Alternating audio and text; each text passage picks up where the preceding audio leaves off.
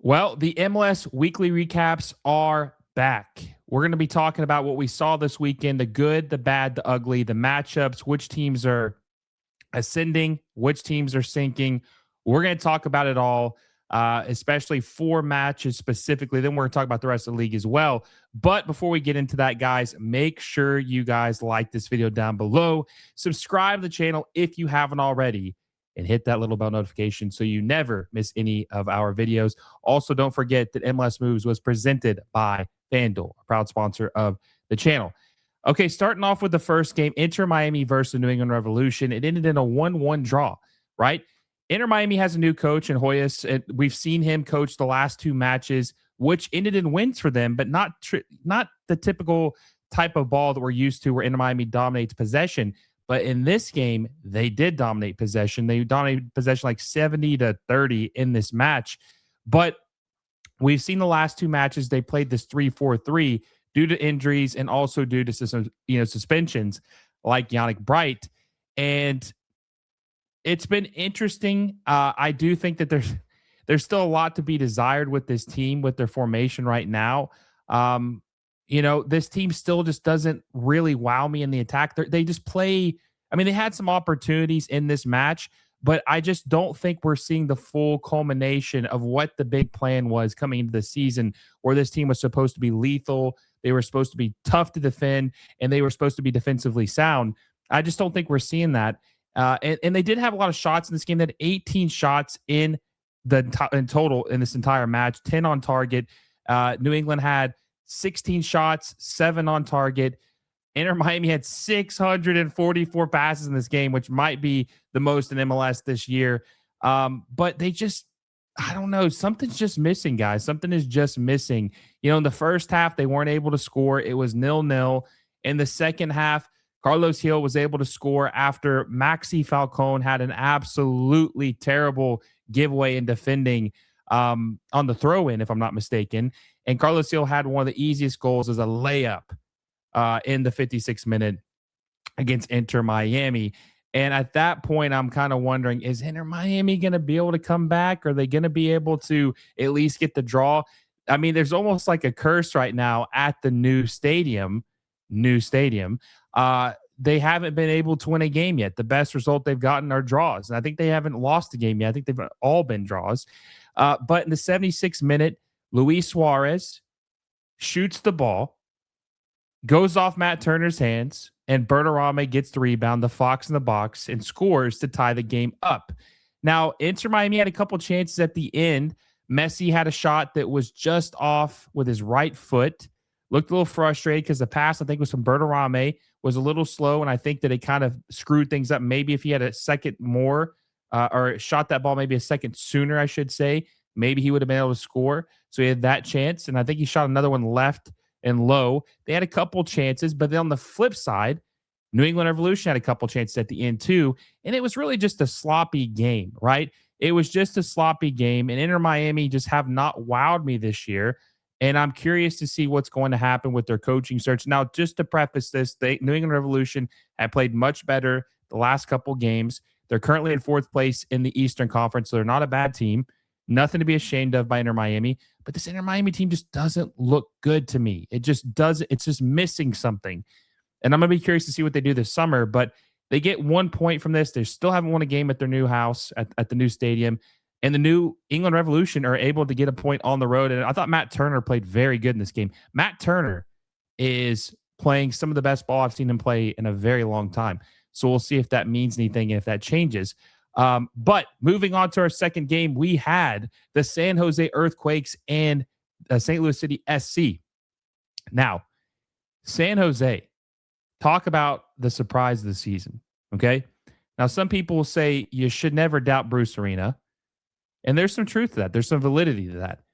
But I don't necessarily think people are doubting Bruce Arena. They might be doubting where he was coaching at, right? San Jose is not an easy place to win at because the ownership group has been lackluster. They have not committed the resources necessary to really take the league by storm. But I tell you what, this team is very, very fun to watch. This is an incredible team. Incredible team. And I think the pace, the attacking prowess that they have, is just might be the best in the league. Okay. So Preston Judge starts it off and scores in the 8th minute. Okay. Puts San Jose up 1-0. I thought San Jose were probably going to run away with this because St. Louis City is not a very good team. They've struggled mightily in Major League Soccer in 2026 and honestly 2025 and hell, honestly 2024. They're one of the worst teams in the league, right? So they get on the board first, and I thought that it was just going to be tough for them to keep up with them. Now I have to preface this too. We did see a heavily rotated squad with San Jose. I think there was like 4 or 5, maybe 6 starters out. I mean, there was a lot of people out, but some key players, like I said, Judd or Werner, were starting in this match. So they go up early in the 8th minute. One thing I noticed too about St. Louis City is Hartel had several opportunities to score early in this game. He couldn't finish the chances. And then I'm pretty sure he hit the post once too. And it looked like that he was threatening, though, the entire game. Like, he was really, really pushing San Jose to their limits. In the 24th minute, Earl Edwards got hurt, and they had to bring in another goalkeeper. So that kind of threw some things off, too. Cordovo, who came in after João Klaus left, scored, though, off a beautiful layoff from Hartel. So that tied the game up in the 52nd minute, and then just a minute later, Marcel Hartel scores to put St. Louis City up 2-1 over San Jose. But then in the 69th minute, there was a foul inside the box, and it was blatant, right? And then so Timo Werner steps up, buries the goal, right? Ties it 2-2. And then the 83rd minute, Timo Werner had an absolute clinical finish against St. Louis City SC. I shared the goal on Twitter and stuff. I mean, it's just absolutely beautiful the way he's been playing with San Jose. A lot of people have been talking bad about Timo Werner just because of his shortcomings in Europe the last couple years. He hasn't had a double-digit goal season, I want to say, since 2019, 2020 with Leipzig. But I'm not going to bash the guy for playing well with San Jose. Like, people can find their form again.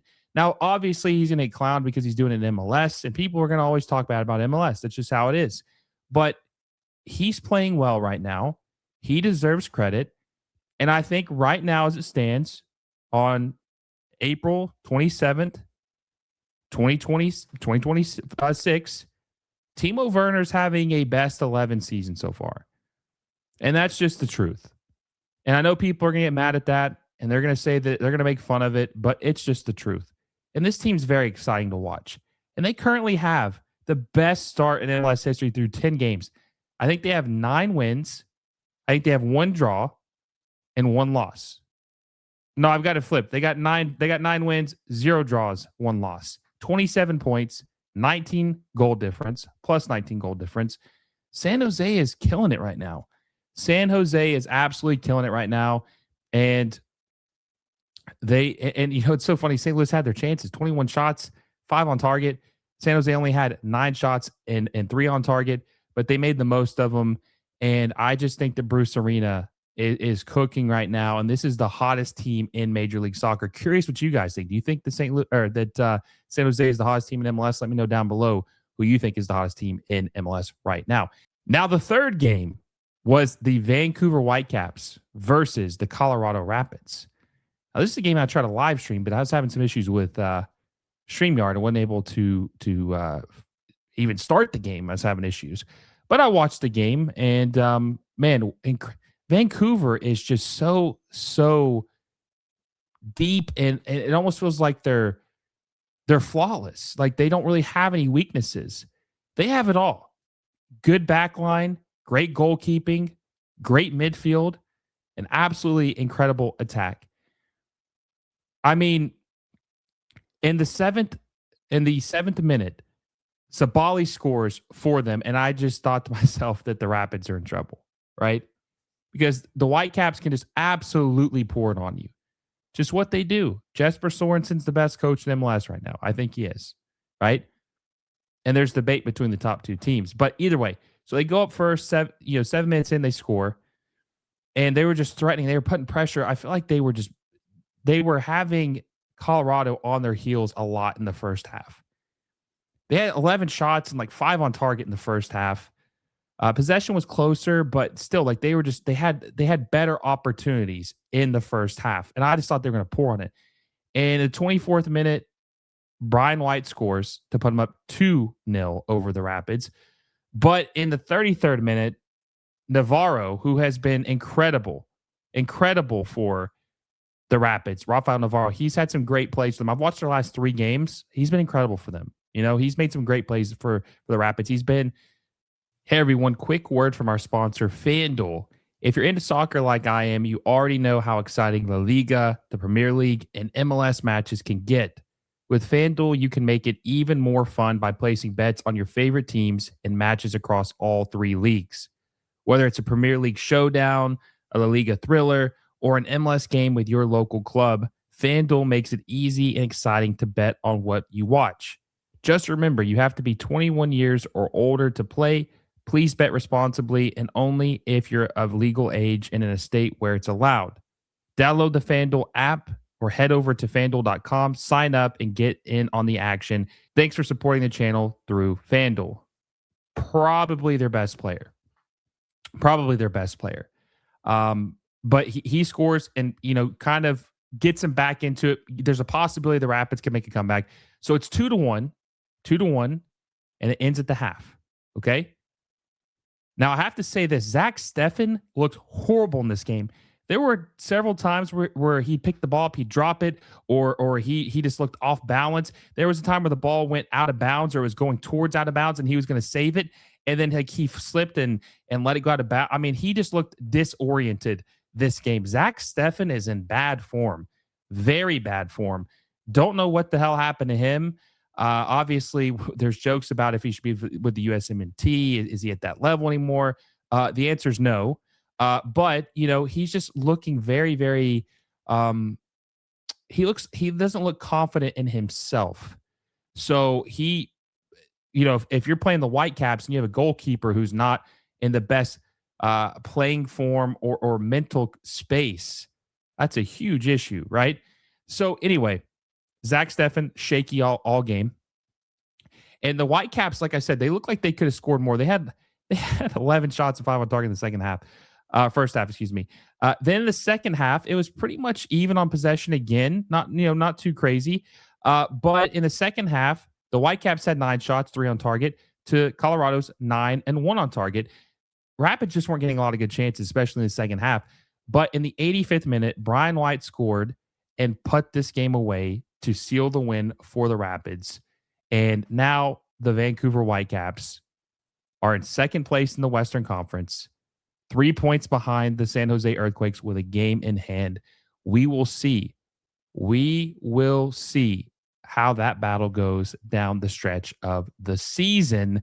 And also, too, I want to say the Rapids have been very competitive this year. They're not the best. They're in 7th place right now, but they are competitive, and I do think Matt Wells has them playing very well this year, better than they played in years. And that's just my opinion. Next game we have is the Chicago Fire and Sporting Kansas City. This was a snooze fest in the first half. I thought this was very sloppy. I understand that it would be deceiving because of the 5-0 result, but that was just because of the fireworks in the second half. In the first half, Sporting Kansas City might be one of the worst teams in MLS history. They are horrible. They are horrible. Listen, most people don't encourage others to watch games, to watch bad teams. Like you're not saying, hey, you should go watch Sporting Kansas City. They're horrible. But I am saying that you should go watch them. They're horrible. You won't believe how bad they are until you go watch them play. You won't believe it. You literally won't believe it. They are the worst team I have seen maybe ever. Like they are at the bottom of the league. They're terrible. So in the first half, Chicago had 8 shots, 0 on target. No really good chances, honestly. And then Sporting Kansas City had 2 shots, 0 on target. The possession was 75-25 in the first half. Okay. So first half, stinker, nothing special. Second half, things started to open up. All right. Things started to open up. In the 51st minute, Zinkernagel scored, puts him up 1-0. Right? Puts him up 1-0. Pretty sure that was off the missed penalty. Could be misremembering that. Kuipers took a penalty. He missed it, and I think it was the rebound.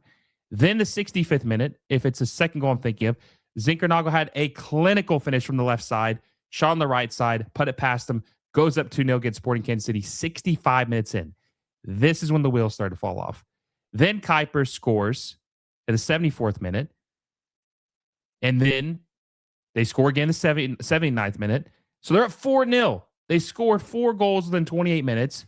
And Sporting Kansas City just looks like they have no life in them at this point. They don't look like they have any life in them at this point. None, right? And then Kuiper scores again in the 90th minute added time to put the dagger in Sporting Kansas City. I think that Chicago is a team that's going to keep ascending. I had them finishing very high in my preseason predictions. Kuipers has been incredible. Zinkernagel is very good. Gutman had a good game too. Elliott had a good game. I mean, the whole team had a great game against Sporting Kansas City, more specifically in the second half, but they've just been playing so well all season long. I mean, they are a team that I think are going to keep getting better and better. They're the third place team in the Eastern Conference. I think I had them finishing second. So we're getting close to where I had them finishing, but that was an incredible game. It really was. The second half was worth how bad the first half was. I mean, the first half, oh my God, it was terrible. Okay, so other games we had this weekend. We had Toronto FC and Atlanta United. Atlanta United get a much-needed win. They only had one win this year. They get a much-needed win at Toronto. So hopefully Tata Martino can have the guys playing better, and that will help get them some momentum that they desperately need. Montreal beats New York City FC. Now, they had a red card. Montreal, team that struggled, they've won 2 games in a row now. 2 games in a row now. Now, I don't know if it's because this video I have coming out that they're doing this now. We'll see if this can continue, but they get a much-needed win over New York City, who was a red-hot team. They've gotten cool lately, but that was a very impressive win. Minnesota United lose to LAFC 1-0. LAFC had a slightly rotated squad preparing for their game against Toluca this week, which we'll be doing a live watch-along for. So they still get the win on the road against Minnesota, 1-0. We had DC United beat Orlando City 3-2. Orlando City struggling mightily. Can't get that interim coach in soon enough. DC United's been struggling too, but they're able to get the win 3-2. Cincinnati beats the Red Bulls 2-0. Now, Cincinnati obviously has this talent. They are a team that looked like they were ready to win in some trophies, Champions Cup, MLS Cup, Supporters Shield. They've struggled, right? Pat Noonan, kind of on the hot seat, guy that could be maybe let go this summer if things don't start going his way. Get a much-needed win against the Red Bulls. Red Bulls, very young, youth-heavy team. They're going to struggle sometimes. They lose 2-0. It happens. Red Bulls are still figuring things out.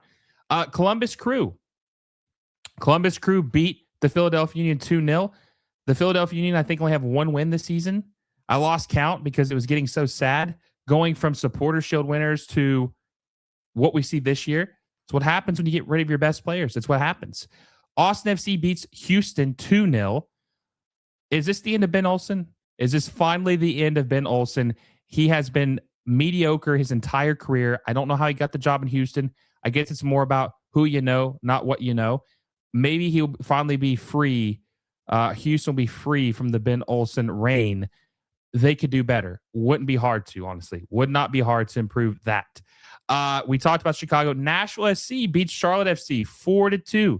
Nashville SC, very impressive win this weekend against Charlotte FC. I thought maybe it wouldn't, not that they wouldn't perform well. I was honestly surprised to see some of the players like Mukhtar, like Surridge play because their important game this coming week against Tigres, but they did play and they won. And we'll see how that affects them on Tuesday when they do play their game against Tigres. But they get an impressive win over Charlotte FC 4-2. We have San Diego FC losing to Portland. San Diego FC has been falling off like crazy. I do think that it hurts them. Now, look, they're obviously going through this youth movement and playing all the young kids and having Andrew Stryer, but you have to give him some help, some proven help to a certain extent. I think that wasting a DP spot on Chucky Lozano, not filling that third DP spot, is not doing them any favors. So I think that we're going to see a revamp this summer and kind of inject some life into this team. And if we don't, maybe we might see a coaching change there. Seattle beats FC Dallas 2-1. Seattle, very impressive this season. Probably, I wouldn't say they're a surprise. They are performing better than I expected, but I am surprised that they are like second or third place in the Western Conference right now, if I'm not mistaken. They are having a good season. They're having a very good season, and they get an impressive win over Dallas at home 2-1. And then finally, the LA Galaxy get a much-needed win over RSL 2-1. LA Galaxy still don't know what to make of them. Greg Vanney, I think, is still coaching for his job. There's a lot of teams, a lot of coaches they're coaching for their job this season, guys. A lot of coaches.